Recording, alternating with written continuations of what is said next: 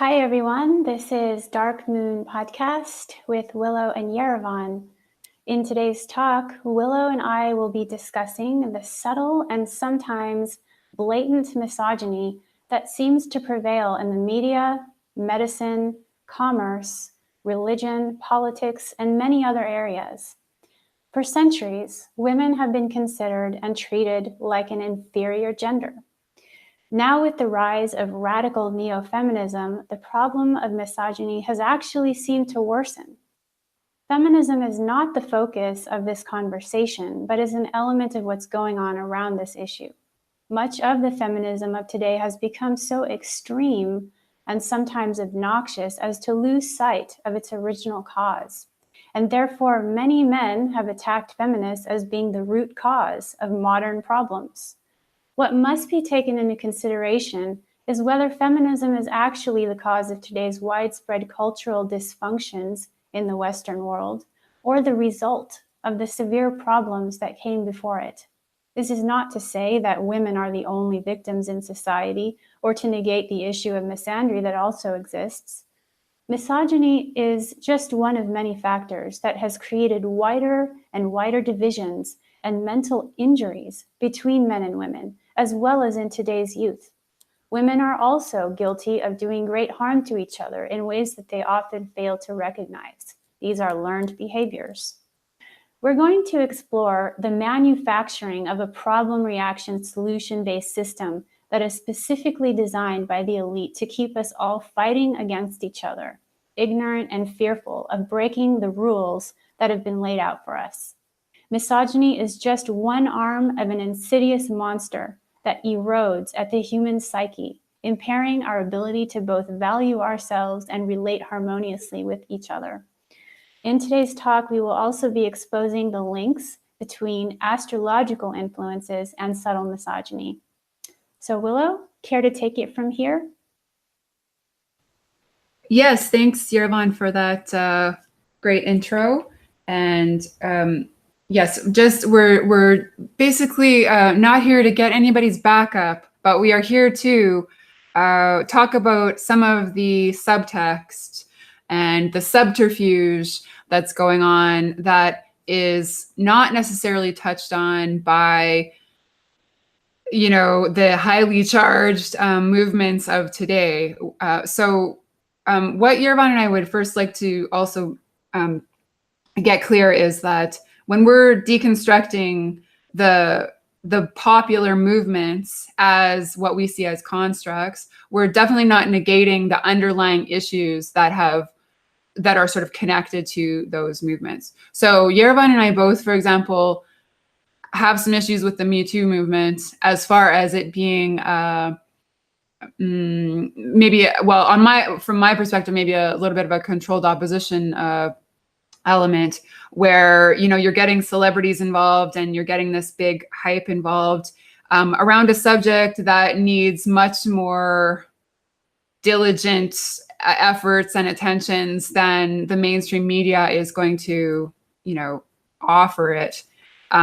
So we're basically kind of peeling the layers of that and going down to the subtext. And of course, rape and sexual misconduct are huge problems that have been covered up, buried, hidden. Women haven't been believed. Women have been blamed for their own assaults. There are hundreds of thousands of rapes every year, even in Canada, a country of 30 million people. A fraction, less than 1% of those actually go to trial and get a conviction. So, it's a huge issue. It's a huge issue. And so the underlying issue is absolutely valid, but the way that it's being treated and the way that it's being kind of offered up on a platter in mainstream media is problematic. So we've seen the rise of the Me Too movement and yes, like Yerevan's mentioning, this kind of like sort of rhetoric of, this kind of neo-feminist rhetoric and, males and females being at each other's throats and, all of this sort of identity politics based acrimony. We've seen that kind of come to the surface during the transit, in particular during the transit of Jupiter and Scorpio, a little bit in Jupiter and Libra. Jupiter and Scorpio would relate to kind of a spotlight being put on sexual matters, including sexual misconduct and the murky subtext, the things that are hidden in society, the things that are taboo to talk about in society. Okay, and so we've had some of these taboo subjects brought to the surface, but I think in a quite manipulated way. So Jupiter was transiting Scorpio from October 2017 to just a few days ago, November 8th, 2018 is when Jupiter moved into Sagittarius. And so we had the spotlight on kind of this muck, right? And so certain figures came to the surface during this process. Certain celebrities, right, were latched onto and were kind of taken down because of their sexual misconduct. But the problem is that the real issues are much, those are issues, sure. But while the spotlight is on all of these celebrities and all of these kind of big name people, there's a lot that's not being addressed. There's a lot that's being distracted from. And so now we have Jupiter moving into Sagittarius, and it's going to make a series of squares to Neptune and Pisces. And so there's an element of the truth coming out, but it being difficult to get the truth out because we're working with these very slippery, invisible kinds of dynamics and realms, right? Where it's not easy to pinpoint what's going on necessarily, where people aren't necessarily going to be believed, if they're talking about what's going on. We're going to the more kind of etheric dynamics, or the subtle, the psychic kind of attacks, emotional attacks, those kinds of things that are not as easy to bring out into the surface. But I think that it's important to work hard to get these dynamics out there. And so that's some of what we are going to be talking about with this show. Yervan, do you have anything to add on that front? Just that I agree with what you're saying, that Jupiter square Neptune, I think, is also going to be somewhat problematic in the area of the types of things that people buy into when it comes to religious or metaphysical concepts, or the whole guru complex, and people being easily deceived or seduced by certain things, delusions of grandeur, and maybe even some propaganda around I had this theory that perhaps there would be some false ET or UFOs that are just specifically to invalidate the reality or the possibility of the real thing, just to get everyone in this sort of state of fascination, almost obsession, because the more mysterious something is, the more we tend to obsess about it. And then Jupiter just tends to amplify all that. But yeah, as it relates to the subject of misogyny, I agree that these issues need to be discussed. And one other thing that I would like to bring into the conversation today is also how it affects women's health issues, and how women's health issues have been invalidated for so long. And it wasn't until the past 3 or 4 centuries, not centuries, decades, that women's issues were truly acknowledged and not just brushed under the rug like, oh, you must be psychotic, or it must be something hormonal, or something, like they were just being really moody, like things are just all in your head. And it wasn't until certain men came up with the same, for example, the same autoimmune disorders, that these ailments began to be taken more seriously and really examined, so that we could come up with more of an idea of how did this come to be, and maybe it's not just women's hormones. So there's just so many areas, and I don't think we could possibly cover them all today, but I'm really glad that we're talking about this because it is a very volatile subject. Yes, it is. Yes, it is. And we are wading right into it. We're wading right into it. But, the thing is that I think, there is there is information that needs to get out there, right? Jupiter in Sagittarius relates to a spotlight on the truth, right?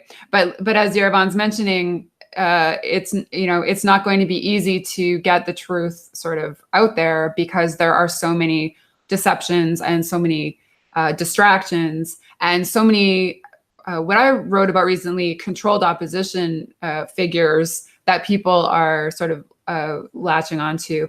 And absolutely the element of health is a big one.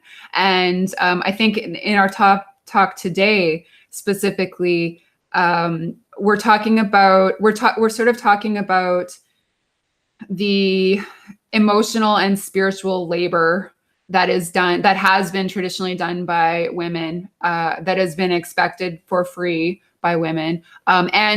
Yes, it's not all women who do this. Like, we're fully aware that, this affects men as well, but en masse, it's affecting women in particular. And Yerevan and I are both professional metaphysical readers, professional metaphysical artists. And so we work in the invisible realms. We work in the metaphysical realms, the spiritual realms, the emotional realms. And that type of work is very much invisible in most of mainstream society. Not only is it invisible, but it's actually mocked, vilified, ostracized, marginalized. It's not even considered work. So it's not considered anything that you should be actually compensated for or recognized for. There's very little public status for this type of work because we're not paving a road or, digging a ditch or doing something physical that people can see, right? The work that we do is in these subtle realms. And so there's an element there. So Jupiter and Sagittarius square Neptune Pisces, there's an element there of kind of like this truth rising to the surface as well. But with Neptune and Pisces involved, there are threads to many different situations. As Yerevan mentioned in the intro, there are multiple arms of this same beast that are going on. And so there's kind of this like spiritual connection that people have who have been doing this type of work. And so traditionally, women's work has been expected for free, okay, in society. And that's ultimately how mainstream society functions, is that women aren't paid for a lot of the work that they do. And I would extend that and say that that's why this society continues to function to even the level that it is functioning in, within a state of dysfunction, because metaphysical artists like Yerevan and I are toiling away, working away in the metaphysical realms. And of course, there are, millions of metaphysical workers as well. We're obviously not singling ourselves out, but this psychic, spiritual, emotional work is sort of the glue that's keeping things as healthy and functional as it is. But it's incredibly eroding. So, if you really listen to mothers, a lot of mothers are fed up. They are exhausted. They aren't just blissfully, happy to continue with their daily toils. And a big part of it is this unseen and unrecognized and unpaid emotional labor and, I would say spiritual labor. So traditionally, the women's work that has been free is cooking, cleaning, childcare, some level of nursing, nursing people back to health, taking care of people's health and when they're sick or when they're injured. Social work, so the social element of family life, all of the birthdays and the anniversaries and the celebrations, the holidays, they have to create the Christmas magic, and then it's on to the Valentine's Day, and then it's the Easter, and then it's Halloween, and all of this stuff. It's not that women don't love doing this with their children, but it's exhausting, right? To have all of this unseen labor that's sort of just expected to be performed, right? And this unseen emotional labor goes on in a lot of different professions. I would say probably like bartenders, estheticians and hairdressers, prostitutes. There's a lot of professions that have this element of not really being paid for what they're really doing. And metaphysical artists and the metaphysical arts aren't even recognized in the art scene, really, fully. Well, not even partially, I would say. So even on that front, the metaphysical arts don't really get their due, even in the current scene, right? There's no real status. There's no like sort of artist and there's no support really. Like, there's no artist in residence programs for metaphysical artists. There's no, art galleries that are going to support them and pay them for their work. There isn't kind of this circuit of like doing art talks or what have you. So metaphysical arts is kind of one of those elements that is, I think, chronically under-recognized and also underpaid for what it actually does. Yeah, I fully agree with that. It's as though if you haven't been certified as a psychologist, a counselor, a psychiatrist, a doctor, or someone in any of these fields that you've mentioned, that you're not given that credibility. You're not validated as a spiritual counselor when the work is sometimes very intense. It goes very deep. As you said, we're working on metaphysical levels and with people's psychology and with people's inner lives, and it's helping people navigate, through their shadows, or their areas where they have a lot of fear and trauma. And it's as though, yes, that's true. It's hard to, have this level of, like you've been accepted and appreciated for what you do, or there's an academy, or there's an actual school. There actually are schools and academies for what we do, but they all tend to cost an arm and a leg, this ridiculous fee. And then they all tend to attract this whole, this new age new age dynamic is just infiltrating the whole scene. And so it's hard for our true intentions to be, to be understood and truly recognized. The work that we're doing is not truly recognized. Like you said, if it's not something very extroverted and something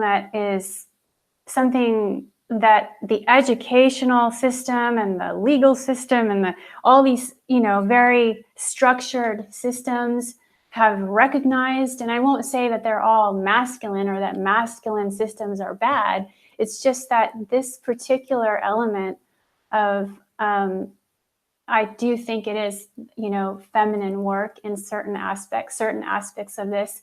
And even men who do this work sometimes are affected. But Willow, what do you have to say about that? The difference between, the difference between men and women who practice spiritual work, astrology, metaphysics, and at the ease of making a living doing this. Yeah, it's something I've thought about quite a lot, actually, because, the vast majority of practicing professional intuitive readers or, metaphysical readers or metaphysical artists are women. But when I look to the quote unquote big names in astrology, they're disproportionately men. And so there's something going wrong there. There's something going on there, right? And I really do think that it's just this way that people are trained to defer to male authority and to defer to male as the authority, the intellectual authority, the leader, the person that we look to as kind of a I don't know, pinnacle or fount of information. And it's, it's kind of naturally accepted that men will rise to these positions of leadership or these positions of power, and that they will influence things very strongly. But I think when a woman takes on that leadership role and tries to lead in a certain direction and has a strong voice and has a strong perspective, and especially if she touches on anything that's even remotely considered controversial, the natural tendency is to attack her, right? And to undermine her and erode her. And I mean, this is something that I have experienced personally throughout my entire astrological career. So I'm not just blowing smoke out my bomb here, and this is something that I've heard other females, complain about as well. I agree. So I think there is kind of this, whether you want to believe that we live in a hierarchical, patriarchal society or not, when you look at the institutions of our society that Yerevan mentioned in the intro, at the pyramid cap, so at the top levels of power, it's dominated by males. So, just naturally, that's going to create a situation where the male perspective is dominant. The male perspective is the most influential perspective. The male ways of doing things are, the most dominant ways of doing things. And again, it's considered normal for men to be in these positions of status and power, and for women to be support positions, right? Because I think women traditionally have been considered the people who are just supporting the leaders, right? They're supportive influence that are sort of propping up all the other people around them. So when a woman doesn't take that role and actually puts herself out as a leader, probably out of necessity, just because she's she's forced to lead in a different direction, it's often rejected, and again, this takes really subtle forms, right? So it isn't necessarily just blatant attacks, which yes, it does take that form as well. But it's what I've experienced is just this kind of like death by a thousand cuts, this slow poisoning, where people will leave in eroding comments, or they'll send me an eroding email, or they're just they nitpick. So they pick at, I'll write this huge article and they find one little area where they find an in there, and they just pick and pick and pick at this one little place. And generally, if I'm saying something in the public sphere, a non-astrological public sphere, as soon as someone finds out I'm an astrologer, that's what they use. Oh, well, no one should believe you. No one should listen to what you're saying because you believe in astrology. So you're obviously irrational. The irrational thing, being painted as irrational, is a really big thing that often happens with women. But even in the astrology world, I've had multiple people tell me that my work isn't worth any money, that they can find equivalent information on the internet for free. So why would they pay anything for an article that I've written? Which is not true. I will say there's no one else doing what I do or writing what I write. There's no one else with the combination of skills that I have, but combined with the perspective that I have. And I mean, I would say that's the same for a lot of astrologers. Anyone who's a true individual, you aren't going to find that anywhere else. So these are just kind of the the subtle little ways that that people will erode you, you know, over time. And they'll kind of cozy up to you as if they're supporting what you do, but then they'll leave these little barbs, they'll leave these little passive aggressive comments, these little, you know, nitpicky comments, and it adds up over time. And so this is kind of I can't even express like how much time and energy and heart and soul I've poured into my work. Like, it's everything. I've poured my whole self into it, my whole life into it, really. For many years. For many years, for a few years, I wrote for free, and I wrote balls out. Like, I was writing a massive number of articles. Sometimes every day I was updating my website. I mean, it was all potent information. It's all information that holds up. So articles that I wrote 10 years ago still hold up to this day. Okay. So this was all valuable information, valuable work. Right.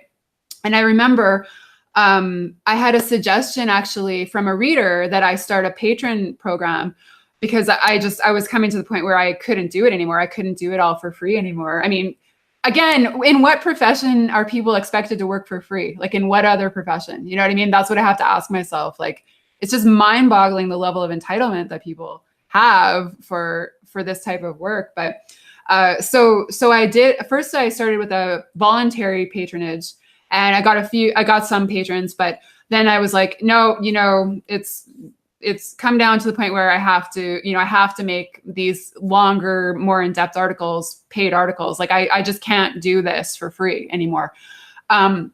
So I made some of the articles patron articles, which are paid articles. And then I still kept up the free, quote unquote free. I mean, it's not free for me to produce, right? But the free to the public part, which was shorter articles, and then any type of like activist or public education element, I kept up on the public site.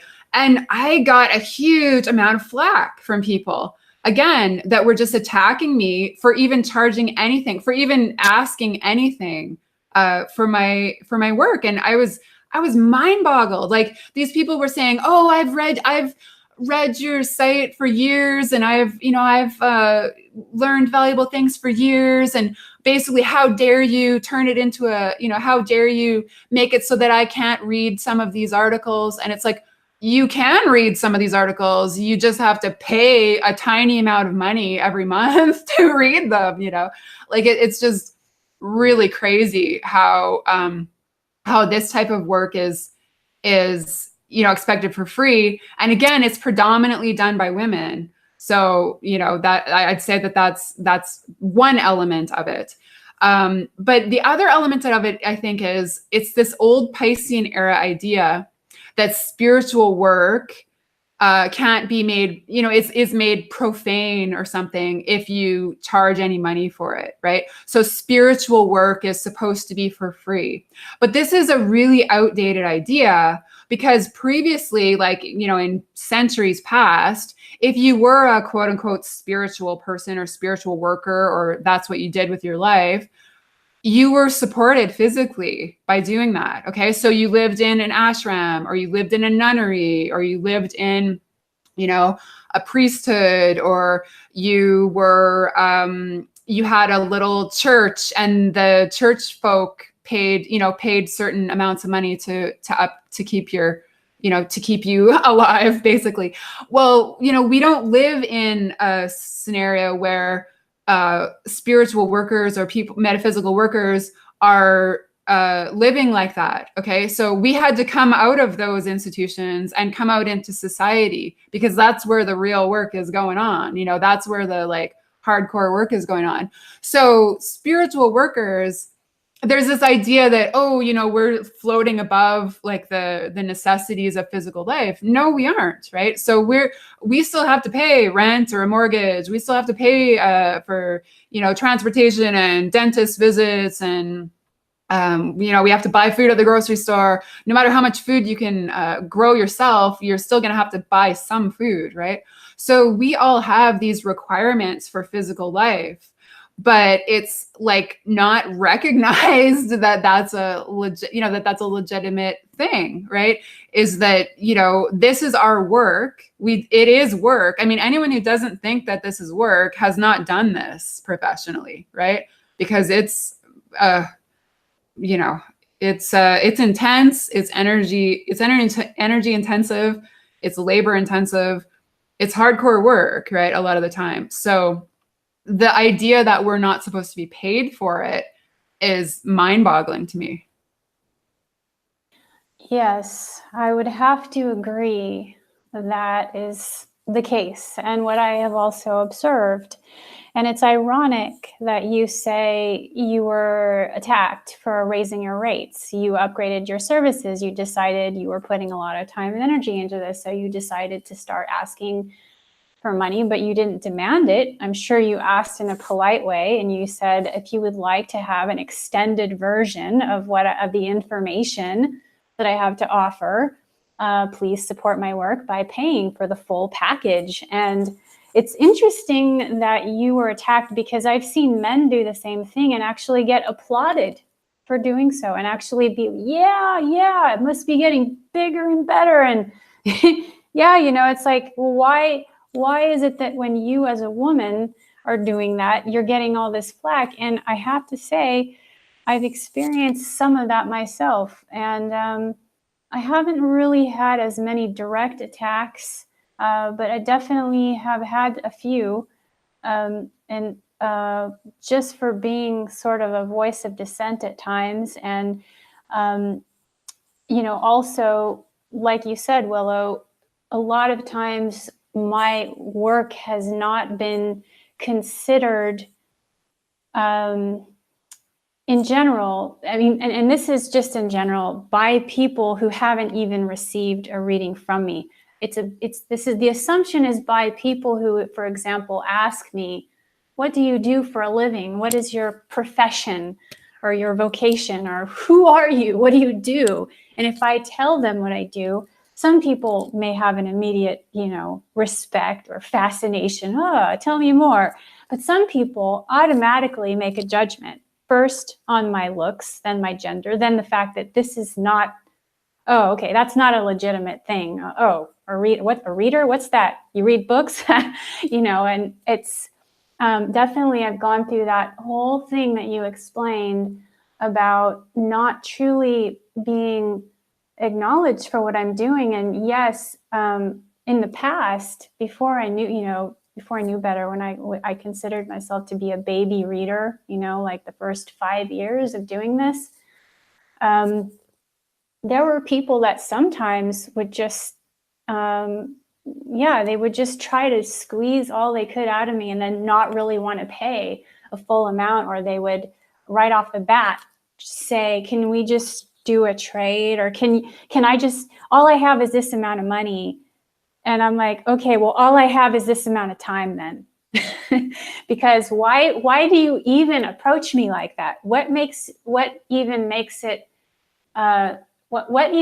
that seem okay to begin with? And maybe it has to do with stature and confidence. And, you could pose the argument that maybe it just has to do with how I carry myself. And that has all changed. But the fact remains is that there is this general bias that people have about what we do, about metaphysical work, about astrology in general. Even though the elite definitely use astrology, as you know, you're fully aware of the timed attacks, timed war attacks, and planned, what do you call it? Just false flag events in the media. These are all astrologically timed events. And so those people high up on the pyramid, they're no fools. They're no strangers to astrology, but they want most people to be completely ignorant of that. So this remains this very nebulous kind of work. And sometimes it is very much like a form of psychology, or counseling, because again, you're working with aspects of people's, the inner recesses of their subconscious. and all these different layers that an actual psychologist would be getting paid bank, man. I mean, why? Because they went and they got the education, and so they are validated. They are given more credibility right off the bat just because of their education. Never mind how good they are at what they do, how many people actually leave the office and go on with their lives and improve and actually get anything out of it. That remains a question, right? So people like you and I have spent years to refine our craft and to help people work through these very serious issues that I believe definitely needs to be acknowledged and definitely is work that is worth being paid for. Absolutely. Yeah. And, I have a problem with standardized astrological education for a number of reasons. And one of the reasons is that my brand of astrology would be shut out of those institutions and has been, right?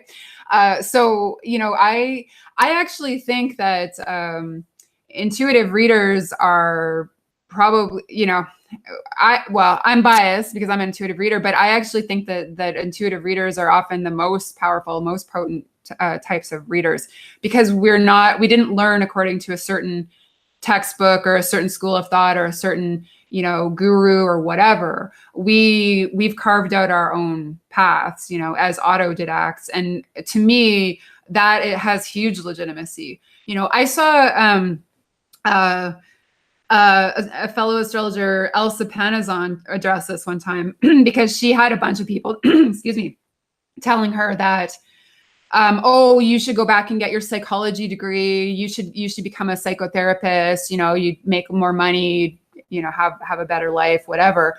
And she said to them, I am far more potent doing what I do right now than if I had gone through those channels. So I'm able to help you to a much greater degree from my current perspective and with my current skills than if I had, gone that route. And I have to completely agree with that.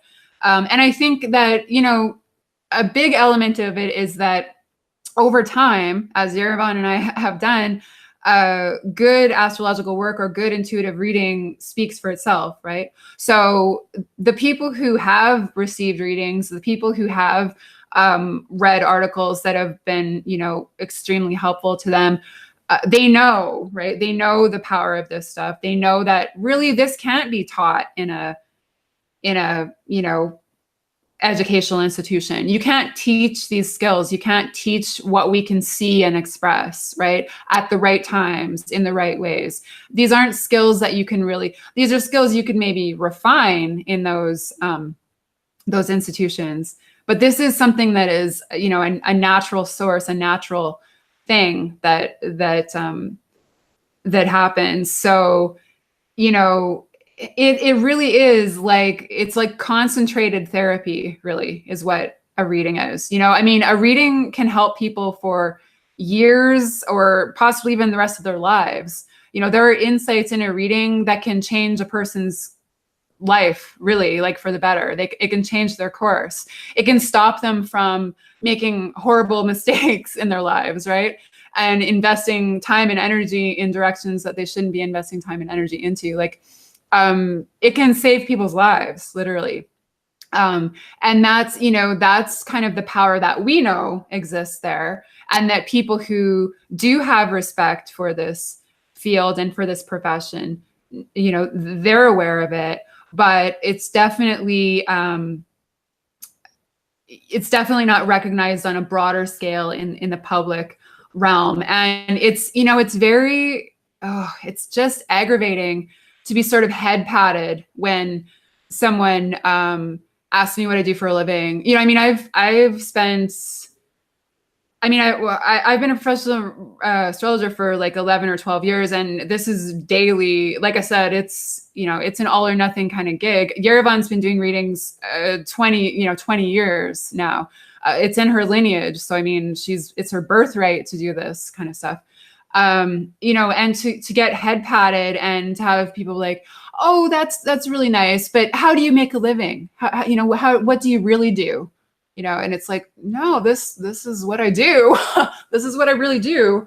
I might have to, unfortunately, do supplemental work to financially support doing this work because of the kind of lack of recognition and lack of being compensated for the amount of energy that you actually do pour into it. But it's very crazy. And, an element of that, I think, is I do think that you're right, that the powers that be don't want people legitimizing things like astrology or intuitive readings, because they don't want people accessing that for their own empowerment and for their own good. They want people to think that astrology is just a bunch of hocus pocus BS, because it keeps people away from that the magic that astrology really is, and that Yerevan and I know it is, and all the divinatory arts, not just astrology, obviously. But yeah, it's just, there's all this stuff going on in the subtext, and we're battling this stuff. We have to, it's like we have to fight, just to have kind of the status that we should sort of naturally hold, right?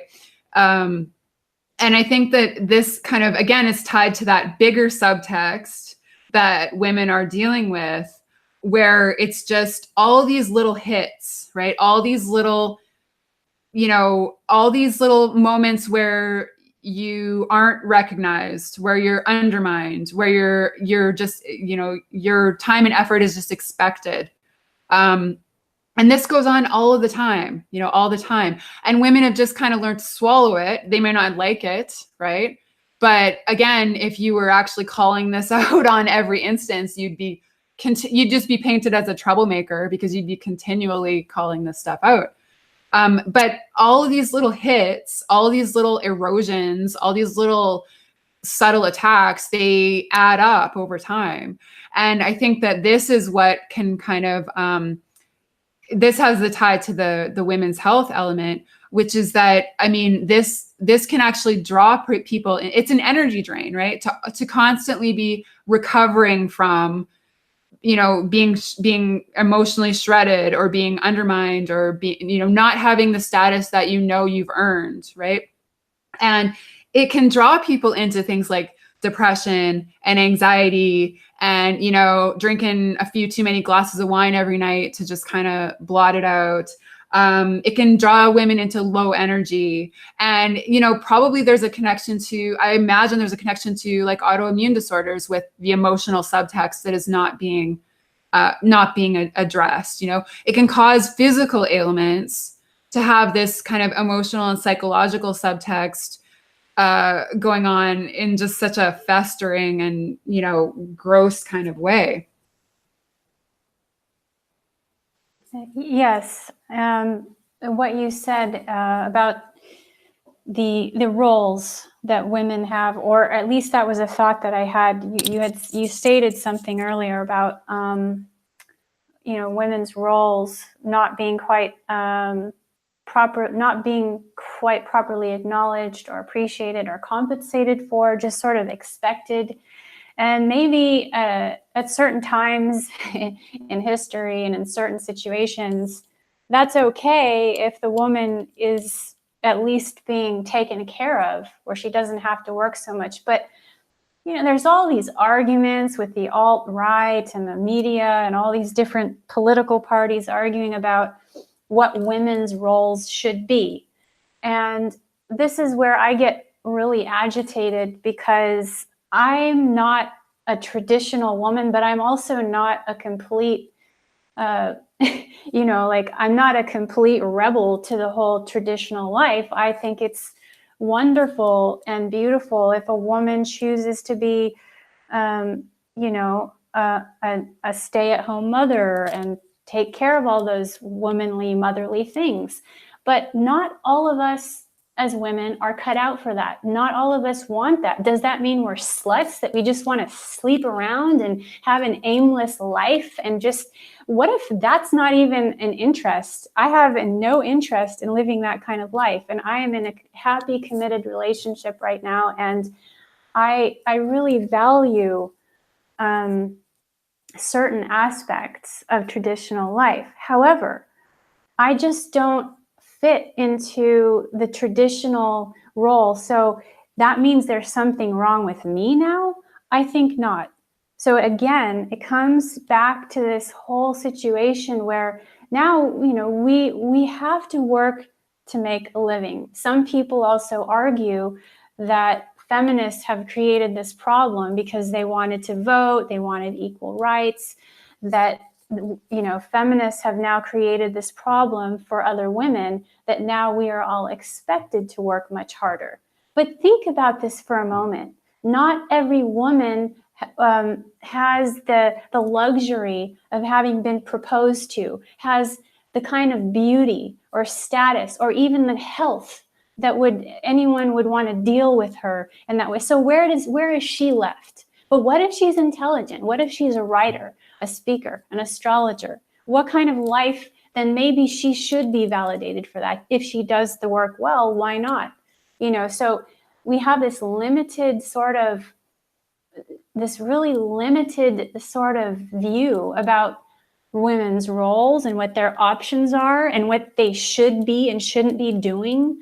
And it's just a big mess. And so, I try to, I'm saying this again, not to be inflammatory to any particular political side or, to, as you said, to raise people's, I forget the quote that you used, but I'm not sitting here trying to stir the pot in that way, but this needs to be talked about because not all women fit into the category of being that stay-at-home mom, perfect wife. What if there is not a single decent man around that even wanted to, that was even available for her? So, or what if there's so many reasons. What if her priority in life is to get an education and be a doctor or a scientist, for example? Then, okay, that's great. But what if she decides to take a little detour and explore metaphysics? And then, will she suddenly lose her status or lose her credibility? I mean, then on the other hand, when I see men doing this, again, they get all kinds of applause for it. They don't seem to be delegitimized quite as quickly as women do. No, it's like an interesting thing if a man does it, right? It's like, oh, he's interesting, he's complex, Exactly. But yeah. No, I mean, and the thing is, like, I think we also have to understand that not like there's the kind of traditional idea of like, women being completely fulfilled by being at home, taking care of the kids, cooking and cleaning. There is an element of women, there's a percentage of women who are completely fulfilled by that, but there's also a percentage that are not. Okay. And I think, it's this pigeonholing, like why do we need to pigeonhole people in any type of role? But I mean, that's what I'm talking about as far as like the wine habit that women get, because it's like, it's not all sunshine and roses. From the outside, it might look like, the perfect traditional nuclear family unit, but there's a lot of skeletons in those closets too, the extramarital affairs and substance issues, prescription pain medication abuse. There's a lot of subtext that if you really got into how those women are really feeling, yes, there would be certain women who are blissfully happy. And unfortunately, there are women who are in the work world today who would be blissfully happy to stay at home. But the single wage earner days are slow, quickly slipping past as well, where a single man's wage or salary can't necessarily keep up that middle class lifestyle the way that things used to be. The wages are eroded. They have not kept up with inflation. So once you factor in the cost of, buying a house, keeping 2 vehicles, running, and, the food bill, and, maybe private schools and all the dance lessons and the sports and all the stuff the kids have to do. One man's, the man's salary can't cover all those bases, right? So to keep a certain standard of living, the woman often has to work. Then the other element is that much of women's work is low paid, is pigeonholed into low paid work, right? Because the work that women do is undervalued. A lot of the jobs that are out there for women are underpaid jobs. So do you know how much people are making in daycares, working with kids all day? Like almost nothing, cleaning, cooking, all these jobs, any type of service industry job is generally extremely low paid, and mostly women. Again, not all women. I get that. There are men that are having to slog it out in these low paid jobs as well. But primarily this has been women's work, right? And because women's work isn't considered as valuable as, the roles that men are playing in the workforce. And this has just been accepted, right? So there's an element of, finances that is kind of keeping women hogtied too. A lot of women would like to leave their husbands, and they can't financially do it. A lot of women would like to leave abusive situations. A lot of the time why they're not doing that is because they don't see a financial out. They don't see that they'll be able to support themselves in anywhere close to the lifestyle that they've become accustomed to, right? So it's a complex situation. And of course, I agree with you that being a homemaker is absolutely a wonderful and valuable way to spend your life. Like, absolutely. And I wish that all women who had that as their dream could do that in the ways that they wanted to do. But pigeonholing all women, saying like you're unnatural or something if you don't want that life, that I think that's where we get the backlash, which is, or if you're not capable of it. What do you mean by that? Oh, sorry. Or in the situation where a woman isn't capable of that, because there are plenty of women out there who have certain health issues or other limitations Yes. that prevent you, even if they wanted that, they can't have it. So yeah, absolutely. And I mean, just the lack of support for mothers is astounding. The responsibility level that is on women, and especially stay-at-home mothers, is intense, and I think that's another element that we have to address. So the North Node of the Moon is in Cancer right now, and it also just moved into Cancer November 6th, just as Jupiter moved from Scorpio to Sagittarius. And so the focus for the next 18 months is really on the feminine realms and the emotional realms and mothering and nurturing and all of these kind of elements and issues that we're talking about. And so, yeah, exactly. It's like we're living in the medieval times where if you do have health issues or energy problems or, anything like that, that may be enough to make you feel like, oh, I can't do it, because basically it's all kind of resting on the shoulders, not all, of course. If you have a partner, it's not all resting on you, but in the traditional nuclear family unit, in a truly traditional nuclear family unit, the man doesn't lift a finger around the house. The man doesn't really lift a finger with the kids, maybe a little bit of discipline, but his job is to go out and bring home the bacon, right? So he goes out into the dog eat dog world. And I'm not saying he doesn't have issues in this hierarchical setup, hierarchical shit show that we have going on here as well. Like, it hurts men just as much as it hurts women, really. Well, I don't know about just as much, but it hurts men as well as it hurts women. Men are expected to kind of work their guts out, in the work world, and then they come home and they're supposed to have this sort of sanctuary that's kept up by the woman.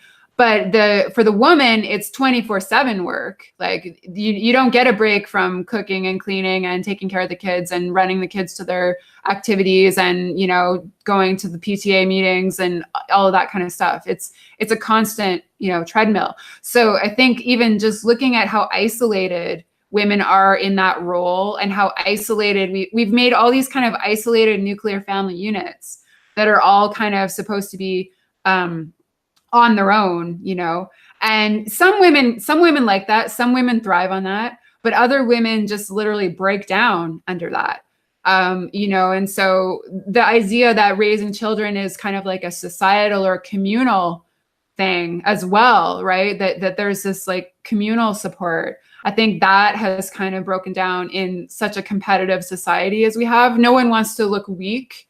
No one wants to look as if they can't do it themselves. Everyone has to feel like they can do everything themselves. And, you know, for a lot of the time, maybe you can, but there are those moments, right, where you're absolutely exhausted and you're run down and, you know, and again, like you're saying, there are, these supports are needed, and these supports are definitely needed for any woman who has health concerns or energy concerns, or is not, you know, financially in the place where supporting kids would be possible. So it's a very complex situation that we're dealing with here. And I think, you know, that's really the Aquarian era. It's very complex. It's very diverse. There isn't a one size fits all answer for any of these questions. You know, it's but and you also mentioned another dynamic that I think we should definitely touch on because it's terrible, and that is kind of females undermining each other and kind of messing with each other. Would you like to talk a little bit about some of those dynamics? Sure.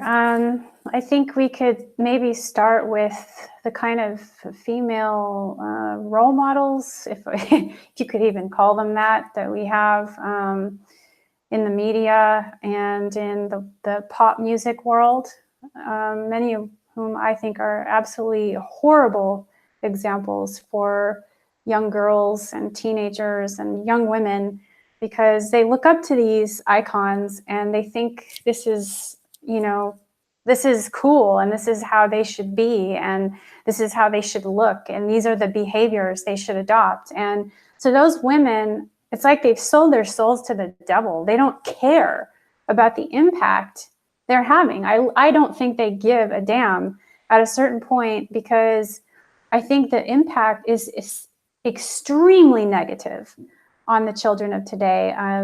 I'll give Miley Cyrus as an example. And I don't know if she was abused, you know, and something happened to her that she adopted the position she was in. I'm sure some really messed up stuff happened there. But it's like, you know, this kind of, this almost kind of pedophilic sort of vibe of these young women who then, you know, they promote these images and basically this sexual behavior that it just, I think it is extremely damaging to the female psyche. Another aspect of women hurting women, I've seen women of all ages hurting each other. I've seen a lot of cattiness in the dance world. I am a dancer, although I have not been actively performing for the past couple of years. Just been taking a long break from that. And one of the main reasons is because I witnessed and experienced way too much cattiness and backstabbing and gossip and undermining by some of the women that I danced with and or around. And so it was very eroding and didn't really help my feeling confident and inspired. So it expired my whole interest in just being involved. And so yeah, the dance world, the music world, these are all areas where you're going to see a lot of that no matter what gender you are, I'm sure. But even certain women who are older, you know, women who are in positions of power, for example, who should be there to be a source of guidance and support for the younger women that look up to them. And instead, they use these sort of, it's like they're on some kind of power trip or something. And it's very subtle. It's a very Neptunian thing. It's very subversive. And it's very hard to pinpoint because, you know, when men do this sort of thing, it's often pretty easy to spot. You know, it's out in the open. And I don't know if this says something about, you know, female psychology, but sometimes women have this way of being, what's the word? Underhanded, kind of, you know, women tend to be more likely to be frenemies than men. I've noticed.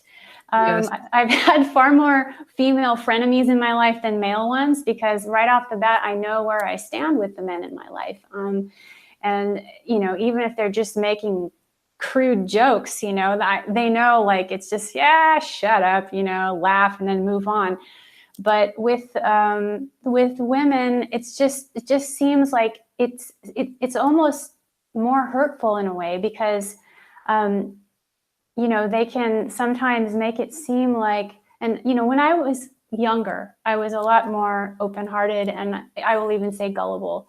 I would say, you know, in my maybe late teens and early 20s, that was a time in my life where I was pretty gullible, and I would think, oh, I made a friend, oh, la la la, you know, just so blind to the nuances, and then just to find out that I was being used for some reason, you know. And then I've had a lot of women copy my ideas and then take them on as their own. I know it's funny that in your case, you've had more men than women do that to you. But in my case, I've witnessed more women doing that. So, and sometimes it's very subtle. It's like, it's this thing where you just shake your head going, really? Why?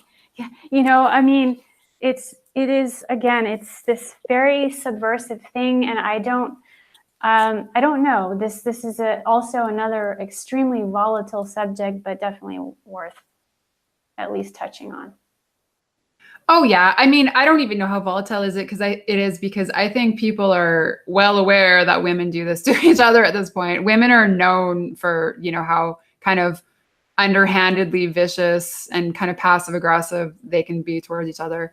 And, you know, I think a part of it is that women are competing for so few spots at the table, you know? So it's like this constant competition where, yeah, a lot of women will use each other. And I will agree with you, definitely in the arts world, I've come into contact with some musician females, but also males actually, who would, you know, it kind of seems like they friggin' stab their grandmother in the back to get, you know, a few more Spotify hits or whatever. Like, it's rabid, you know, what the kind of using that's going on, where they kind of come across to you as a friend, but what they really want is a fan, you know? So then they kind of like turn you into a fan or someone to kind of prop them up or bolster them or further them in some way. So yeah, that's kind of a whole different ball of wax because that's going on with that's going on in the arts period.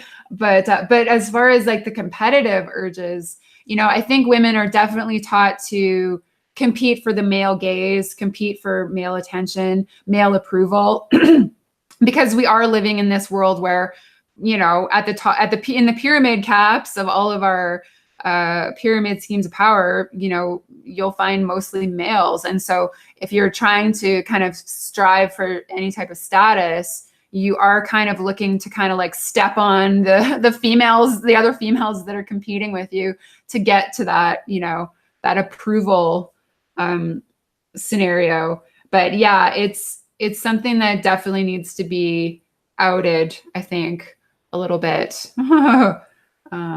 For sure. A little bit more than is currently done. But one of the main problems that I see, and I did a YouTube video on it, is the level of narcissism that is being socially accepted these days. Like it's all of these kind of dirty using techniques, dynamics are kind of like old hat at this point. Like it's just kind of, for a lot of people, it's just kind of the way that it is, and that's just shocking to me. Just shocking that we're accepting these truly poisonous dynamics, where other people are just seen as like stepping stones on your path to greatness. And, other people are just there to be used as, for whatever they can be used for. And then it's like, toss that person aside and on to the next person. It's like this revolving door kind of thing that's going on. So, I think a lot of it is just kind of this shift in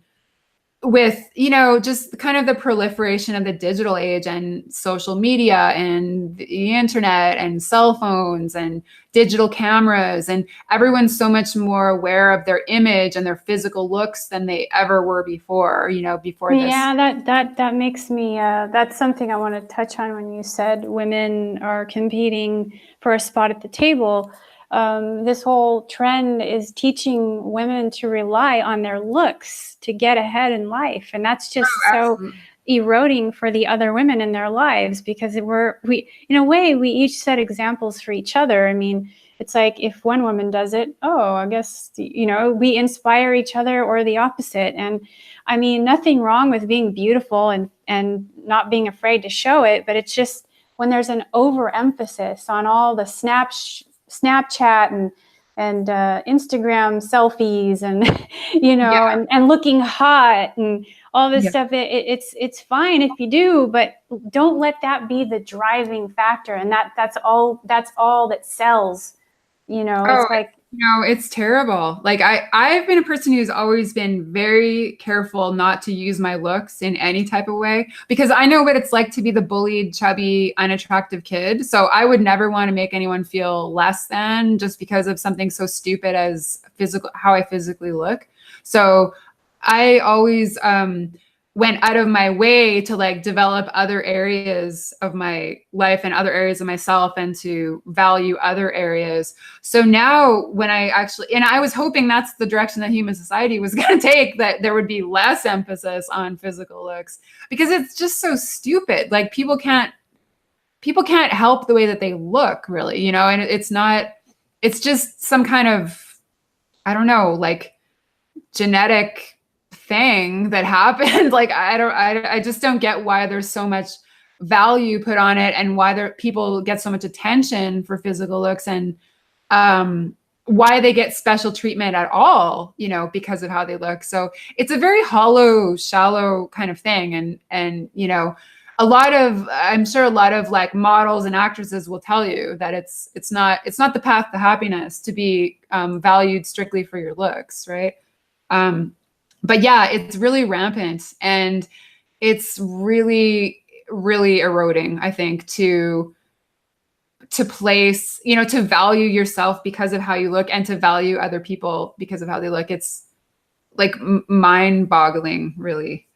I don't know. It's sure. Yeah. bizarre. I mean, But I think it also is tied to, kind of the ramping up of narcissism as like an acceptable thing, right? Like obsessing over gazing at yourself all the time, and being obsessed with your best angle and your best lighting and your best filter and your best makeup look and your best hair look. It's just like, oh God, how exhausting. It takes way too much time. It's God. There's a difference between, it's just biology that people are attracted to certain features, and that, Sure, but what's, sorry to interrupt you, but No. but the standard beauty ideal doesn't do it for everyone. It's never done. Exactly. That's what I was going to say. As how that shouldn't be the focus. Oh, I'm echoing all of a sudden. Are you muted? Oh, so that shouldn't be the focus, in whatever it is you're doing, unless of course what you're doing is modeling, unless of course you're in a beauty pageant, or for some reason you're an actress, okay, then you have the right to obsess a little bit over your looks, but actually you shouldn't have to worry about that because someone's doing it for you. But the whole point is that it's gotten way out of hand. I completely agree. So I think we've covered a lot of really valuable topics. Is there anything else you want to add to that? Maybe just as a final point, what I see as the vilification of healthy female ego. So whereas I would say that valuing yourself for your looks is, again, you can be proud of the way that you look, sure. But as far as feeling like you deserve special treatment or special attention or competing with other people for who's the fairest of them all, that can all really easily head into like detrimental emotional and psychological territory. There is also healthy female ego. And that's something that I see often kind of vilified and attacked in the current structures as well. So just healthy female ego would be literally just, knowing who you are, knowing what you do in the world, valuing yourself for that, knowing what you have to say and what you contribute to the world. And I think that that's something that is kind of subtly undermined a lot of the time. And if a woman has a strong sense of self and a strong sense of what she does, those kind of, and particularly those kind of leadership tendencies, there's often a kind of a knee-jerk reaction in the mainstream to cut her down a notch, right? Take her down a peg, like, oh, she's getting too big for her britches, or, that kind of a vibe where, they feel like they have to kind of subtly undermine that woman's confidence. And that's something that I also have experienced as a public astrologer whenever I come into contact with the public world. And so I know that that's going on for a lot of people. Even talking about what they do in the world, like, men can go on and on about, the minutia of their work and their lives and, stories that they have to tell. But where, women are really not allowed that same platform, right? If a woman is talking about herself or her work or, stories she has to tell, there's a little bit of like, it's like it gets cut off at a certain point. Like she's allowed a certain amount of space, a certain spotlight, and then it's kind of like, okay there, honey, like take it down a notch a bit. Yeah. So, this is also, I just think, like one final element of this kind of like subterfuge that women are always like struggling with and always struggling to recover their confidence from, right? Because it's a really, it does make you kind of doubt yourself, and it does make you kind of, lose confidence in yourself and lose confidence in your perspective. And so that kind of backsliding, I think, is something that women are always trying to overcome, right? Over that level of undermining. And so I would just ask that people, if you see this going on in the world, and, number one, if it's going on with you, address it, like speak up about it. Don't just swallow it, because that's what causes depression and anxiety and, feelings of worthlessness and things like that. So address it. And if you see it going on with someone else, don't be afraid to step in and, give that person some backup. And because the thing is, like, I think we kind of have to shift out of these competitive urges. I mean, I'm as competitive as the next person, right? But when competition is like dominating and any tactic is considered acceptable to, like, crush the competition around you, like that's a problem, because we're actually hurting people in our like quest to, rise to the top or what have you.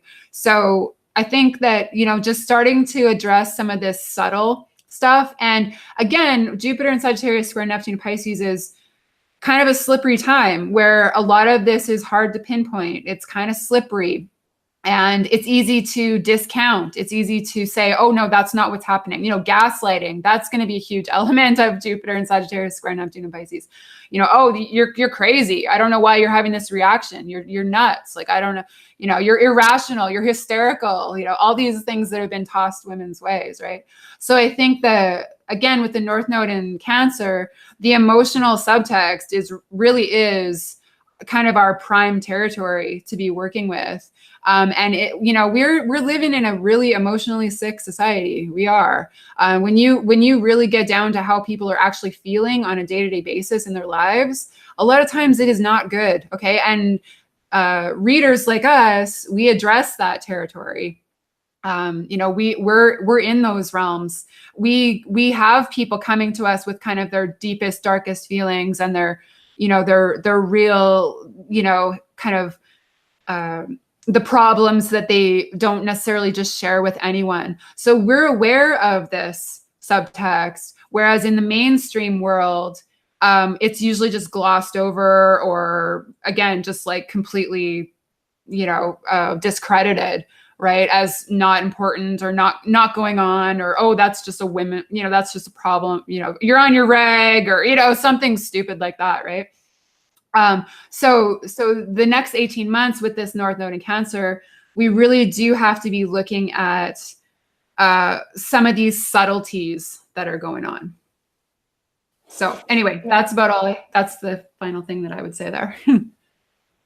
Yeah, nice. I would like to add to that a couple of things. You said something about strong women often being vilified, and there is a huge difference between being narcissistic and being empowered and strong and confident and in what you're doing and how you speak, and just overall, I noticed that women who do have that strength come up against a lot of resistance and are often vilified for doing that. I do. I can. I won't name any names, but one woman in particular who in the past was a mentor to me in some ways, she just, had a tendency to, even though she was very beloved also by a lot of people, but, and still is, had a tendency to just piss a lot of people off because she was very direct, just very direct, and not forceful, but not hesitant in expressing herself. And it's interesting how I've shifted a little bit from being, I wouldn't say agreeable, because I've always been an individual, a very strong individual and somewhat rebellious, but in a quiet way, where people almost assume that I was agreeable. And the more I've spoken up about my opinions and my stance, I've noticed that people just don't take well to that at all. And suddenly I'm this total brat, this bitch. So I'm just going to own that. I'm a strong woman, and so are you. We have to be strong to do what we do. This is not for wimps. Okay, this is very intensive work to be working with people in these deep subtexts, as you said, with their most wounded areas. And then, as you said, with the North Node in Cancer, I think of this as also, this is the place where the real structure comes into being, even though the polar sign is Capricorn, the South Node being the sign directly opposite the North Node is Capricorn. So old structures that no longer serve us are dissolving. So in a way, you could say Cancer is the entrance point and Capricorn is the exit. And also another way of saying that is Cancer is the birth, Capricorn is the death, symbolically, in a certain respect. So what has to die to make, to enable us to have more of a functional home life or family unit or inner life or relationship to our inner consciousness, our feminine self, and our relationships with women, or the feminine if we're men. So there's a lot of opportunities, I think that we will also have to make amends with and kind of review things from the past that didn't go so well, because Cancer is ruled by the moon, which is much about memories and past events. So people will have another chance, they'll kind of become more sentimental and more looking towards sentimental gifts and listening to music. I was just noticing the other day all these different singers from the 80s or the 80s and 90s making comebacks all of a sudden. So that might be another theme in the next year or so, that all these comebacks. And it will be interesting to see if that includes a comeback of, the feminine empowerment, without the need for, like you said, without the need for the identity politics or the extremism, the street marches and so on, without the need for slogans and hats and, just real sense of, I would like to see real feminine empowerment take place and real healing as well. Yes, that's a beautiful way to close out the show. And thank you for sharing those insights. It's been a very nice conversation with you. And I hope we haven't pissed too many people off with this show, but these are all things that are legitimate points, legitimate dynamics going on. So yes, there you have it. Thank you, Willow. And thanks to all who have been listening today and who will listen in the future.